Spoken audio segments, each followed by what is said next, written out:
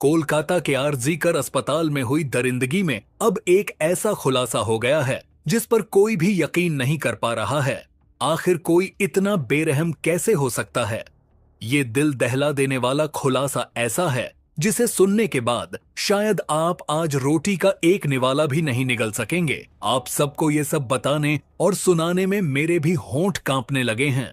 दरअसल इस खुलासे से कई घिनौने राज सामने आ गए जो अब तक ना तो किसी ने सुना था और ना ही सोचा था। उस रात जब तक डॉक्टर बिटिया जिंदा थी तब तक तो दरिंदगी हुई ही थी, पर उसके मरने के बाद भी दरिंदे ने ऐसी ऐसी हरकतें की जिसे सुनने के बाद आपकी आंखें नम होना हो, पर आपका कलेजा जरूर फट जाएगा। वहीं हॉस्पिटल के प्रिंसिपल संदीप घोष की साली पर अधिकारियों को शक हुआ और उससे 6 घंटे तक पूछताछ की, तो जो सच सामने आया उसने सबके होश उड़ा दिए हैं। साथ ही साथ संदीप घोष के लैपटॉप में जब कुछ अधिकारियों ने चेक किया तो सबने अपनी आंखें बंद कर लीं। तो आखिर इस लैपटॉप में अधिकारियों को ऐसा क्या दिखा, एक एक कर सब बताएंगे। लेकिन उससे पहले अगर आप भी चाहते हैं कि डॉक्टर बिटिया को इंसाफ मिले तो वीडियो को लाइक करके कमेंट में वी वांट जस्टिस जरूर लिखिए और चैनल को सब्सक्राइब कर लीजिए ताकि इस केस से जुड़ी हर जानकारी हम आप तक पहुंचाते रहे।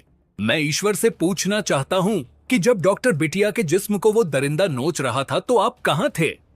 मैं ईश्वर से पूछना चाहता हूं कि जब डॉक्टर बिटिया चीख रही थी तो क्या आपने उसकी चीखें नहीं सुनी? मैं ईश्वर से पूछना चाहता हूं कि अब इंसाफ कब मिलेगा? कब डॉक्टर बिटिया की मां को ये भरोसा होगा कि उसकी बेटी की आत्मा को अब शांति मिल चुकी है? आखिर कब उस रात दरिंदे ने डॉक्टर बिटिया के शरीर को दांतों से काट काट कर बेहाल कर दिया था? डॉक्टर बिटिया के शरीर से लार के नमूने मिले थे और दांतों के निशान भी शरीर के कई हिस्सों पर पाए गए थे। सीबीआई को इस बात की तह तक जाना था कि आखिर जो दांतों के निशान डॉक्टर बिटिया के शरीर से मिले थे, क्या वो सिर्फ संजय रॉय के ही है या फिर वो दांतों के निशान और वो लार किसी और के भी है? बस इसी का पता लगाने के लिए सीबीआई ने संजय रॉय से एक नर्म चीज पर काटने को कहा जिससे उसके दांतों के निशान उस नर्म चीज पर छप जाए। संजय रॉय ने उस नर्म चीज पर एक बार काटा, पर आप सब जानते हैं कि जब कोई किसी को दांत से काटता है तो उसका मुंह अलग अलग तरीके से खुलता है। बस इसीलिए संजय रॉय को उस नर्म चीज पर कई बार काटने को कहा गया ताकि अलग अलग दांतों का आकार उस नर्म चीज पर छप जाए और सीबीआई इस दांत के निशान को डॉक्टर बिटिया के शरीर पर पाए गए निशान से मिलाकर देखे, जिससे ये केस दूध का दूध और पानी का पानी हो जाए। अगर आप चाहते हैं कि डॉक्टर बिटिया को न्याय मिले तो वीडियो को छोड़कर मत जाइएगा। इस वीडियो को पूरा देखिए और अंत में मैं आपसे एक सवाल पूछूंगा जिसका जवाब दीजिए ताकि हर घर की बिटिया सुरक्षित रहे। आपने एक कहावत तो सुनी ही होगी, जैसी करनी वैसी भरनी। बस कुछ ऐसा ही हो रहा है आरजीकर अस्पताल के प्रिंसिपल संदीप घोष के साथ। संदीप घोष को जेल में न तो वो रुमाली रोटी मिल रही है और न जेल के अंदर संदीप घोष को सोने के लिए इतनी बुरी है कि जो शख्स दिया गया है कुर्सी पर बैठ ये तो मुझे नहीं लगता कि घुमा रहा बताने की जरूरत है कि जेल कमजोर दीवार और जमीन पर बैठ संदीप घोष हाँक रहा है, सुकून दे रहे हैं। बड़े बड़े 30 मार खां को नचा दिया। आज उसे कानून ने वो नाच नचाया कि वो ताश के पत्तों की तरह बिखर गया है। आप सब जानते हैं कि पुलिस का डंडा जब पड़ता है तो अच्छे अच्छे को ठंडा कर देता है। जेल के अंदर संदीप घोष को सोने के लिए कंबल, तकिया और एक चादर दिया गया है। अब मुझे नहीं लगता कि आपको ये बताने की जरूरत है कि जो कंबल, तकिया और चादर है वो जेल में संदीप घोष को कितना सुकून दे रही है। संदीप घोष जिस सेल में है उसी में उसका एक छोटा था बाथरूम भी है। भले ही वो कुछ खा न रहा हो लेकिन खाली होने की व्यवस्था पुलिस ने कर दी है। पर दूसरी तरफ संजय रॉय इतना शातिर है कि सीबीआई भी हैरान है। दरअसल सीबीआई संजय रॉय का नार्को टेस्ट कराना चाहती थी जिससे वो जो सच छुपा रहा है वो सामने आ सके। जैसा कि आपको मालूम है कि जब कोर्ट में इस केस की सुनवाई चल रही थी तो सीबीआई ने कहा कि मुझे वो चालान दिखाइए जो जांच के बाद शव को पोस्टमार्टम भेजने से पहले बनाया जाता है। अगर ये चालान न हो तो पोस्टमार्टम करने वाला डॉक्टर शव को हाथ तक नहीं लगा सकता, और अगर ये चालान गायब है तो इसका मतलब कुछ गड़बड़ है। उसके बाद करीब 2 घंटे की सीसीटीवी फुटेज भी गायब है। बस ऐसी ही गुत्थियों को सुलझाने के लिए सीबीआई संजय रॉय का नार्को टेस्ट करना चाहती थी, पर इसके लिए संजय रॉय ने साफ साफ मना कर दिया। दरअसल ये नार्को टेस्ट ऐसा टेस्ट है जिसे बिना अनुमति नहीं किया जा सकता। दरअसल नार्को टेस्ट अपराधी से पूछकर इसलिए किया जाता है क्योंकि इससे कुछ भयानक बीमारियां हो सकती हैं। नार्को परीक्षण एक ऐसी प्रक्रिया है जिसमें किसी व्यक्ति को कुछ दवाएं दी जाती हैं जो व्यक्ति को आंशिक रूप से अचेत अवस्था में ले जाती हैं। इस तकनीक का उपयोग मुख्य रूप से उन लोगों से छिपी हुई जानकारी निकलवाने के लिए किया जाता है जो नियमित पूछताछ के दौरान सहयोग करने के इच्छुक नहीं होते, जैसा कि संजय रॉय। अब ये शातिर क्या सोच रहा है और क्यों इसने इस जांच को नहीं करवाया, ये एक बड़ा सवाल है। आइए उन 3 नए खुलासों की बात करते हैं जिसने सीबीआई के होश उड़ा दिए हैं। शुरू करते हैं खुलासा नंबर 1 से। पर नंबर 3 वाला खुलासा आपके होश उड़ा देगा, तो तीनों खुलासों को जरूर देखिए।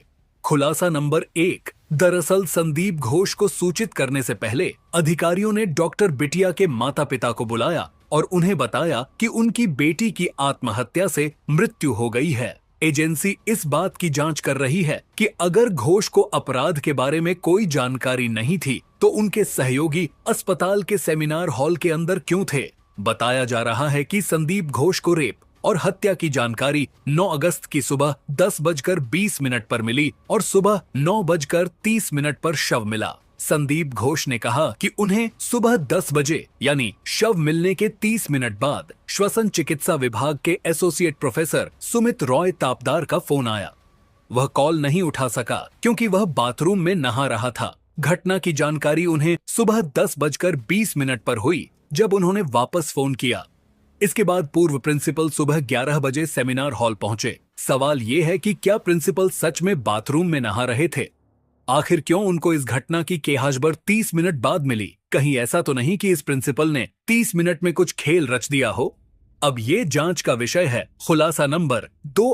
आरजीकर अस्पताल के पूर्व प्रिंसिपल संदीप घोष का एक कारनामा सामने आ रहा है। सीबीआई सूत्रों के मुताबिक संदीप घोष के लैपटॉप में कुछ ऐसा मिला है जिसने जांच एजेंसी को चौंका दिया है। जांच एजेंसी के मुताबिक संदीप के लैपटॉप से कई नग्न पुरुषों की तस्वीरें मिली हैं। वैसे 2017 में हांगकांग की एक घटना भी सामने आ चुकी है जहां संदीप घोष ने कथित तौर पर हांगकांग के क्वीन एलिजाबेथ अस्पताल में एक पुरुष नर्स के साथ छेड़छाड़ की थी। आरोप है कि हांगकांग के अस्पताल में जब मेल नर्स अपने कपड़े बदल रहा था तभी संदीप अचानक उसके चैम्बर में घुस आया। इसके बाद संदीप घोष ने उसके नितंबों पर कई तमाचे मारे। कथित तौर पर नर्स के प्राइवेट पार्ट को छूने गया था। हालांकि उस समय संदीप घोष ने दावा किया था कि यह मामला एक गलत समझ का था। उन्होंने दावा किया कि वह दर्द से राहत दिलाने के लिए स्पेशल एक्सरसाइज करवा रहा था। इस बार आरजीकर घोटाले के संदर्भ में सूत्रों का कहना है कि संदीप के लैपटॉप पर कई पुरुषों की नग्न तस्वीरें मिली हैं।